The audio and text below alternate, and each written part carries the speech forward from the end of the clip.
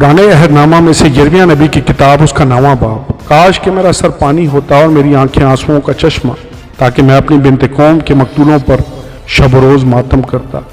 काश कि मेरे लिए बयाबान में मुसाफिर खाना होता, ताकि मैं अपनी कौम को छोड़ देता और उनमें से निकल जाता, क्योंकि वो सब बदकार और दगाबाज जुमात हैं। वो अपनी ज़ुबान को रास्ती की कमान बनाते हैं। वो मुल्क में ज़ोरावर हो गए हैं, लेकिन रास्ती के लिए नहीं, क्योंकि वो बुराई से बुराई तक बढ़ते जाते हैं और मुझको नहीं जानते। खुदावंद फरमाता है, हर एक अपने हमसाया से होशियार रहे और तुम किसी भाई पर एतमाद ना करो, क्योंकि हर एक भाई दगाबाजी से दूसरे की जगह ले लेगा और हर एक हमसाया गैबत करता फिरेगा और हर एक अपने हमसाया को फरेब देगा और सच ना बोलेगा। उन्होंने अपनी ज़ुबान को झूठ बोलना सिखाया है और बदकिरदारी में जानफिशानी करते हैं। तेरा मस्कन फरेब के दरमियान है। खुदावंद फरमाता है, फरेब ही से वो मुझको जानने से इनकार करते हैं। इसलिए रब्बुल अफ़वाज यूँ फरमाता है कि देख, मैं उनको पिघला डालूंगा और उनको आजमाऊंगा, क्योंकि बिनते कौम से और क्या करूं। उनकी ज़ुबान मुहल्लक तीर है, उससे दगा की बातें निकलती हैं। अपने हमसाया को मुंह से तो सलाम कहते हैं, पर बातिन में उसकी घात में बैठते हैं। खुदावंद फरमाता है, क्या मैं इन बातों के लिए उनको सज़ा ना दूंगा? क्या मेरी रूह ऐसी कौम से इंतकाम ना लेगी? मैं पहाड़ों के लिए गिरफ्तारी और बयाबान की चरागाहों के लिए नोहा करूँगा, क्योंकि वो यहाँ तक जल गई कि कोई उनमें कदम नहीं रखता। चौपायों की आवाज़ सुनाई नहीं देती। हवा के परिंदे और मवेशी भाग गए, वो चले गए। मैं यरूशलेम को खंडर और गीदड़ों का मस्कन बना दूंगा और यहूदा के शहरों को ऐसा वीरान करूँगा कि कोई बाशिंदा ना रहेगा। साहिब हिकमत आदमी कौन है, इसे समझे, और वो जिससे खुदावंद के मुँह ने फरमाया कि इस बात का ऐलान करे कि ये सरजमीन किस लिए वीरान हुई और बयाबान की मानद जल गई कि कोई इसमें कदम ना रखता।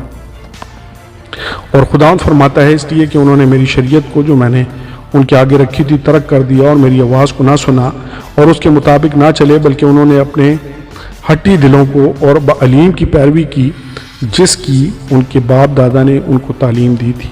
इसलिए रब्बुल अफ़वाज इसराइल का खुदा यूँ फरमाता है कि देख, मैं इनको, हाँ, इन लोगों को नागदूना खिलाऊंगा और अंदराइन का पानी पिलाऊंगा और इनको उन कौमों में जिनको ना ये ना इनके बाप दादा जानते थे तितर बितर करूंगा और तलवार इनके पीछे भेजकर इनको नाबूद कर डालूंगा। यरूशलेम के बाशिंदे मदद के लिए पुकारते हैं। रब्बुल अफ़वाज यूँ फरमाता है कि सोचो और मातम करने वाले औरतों को बुलाओ कि आएँ और माहिर औरतें बुलवा भेजो कि वो भी आएँ और जल्दी करें और हमारे लिए नोहा करें, ताकि हमारी आंखों से आंसू जारी हों और हमारी पलकों से सैलाब अश्क बह निकले। यकीनन सहीयों से नोहा की आवाज़ सुनाई देती है, हम कैसे गारत हुए, हम सख्त रुसवा हुए।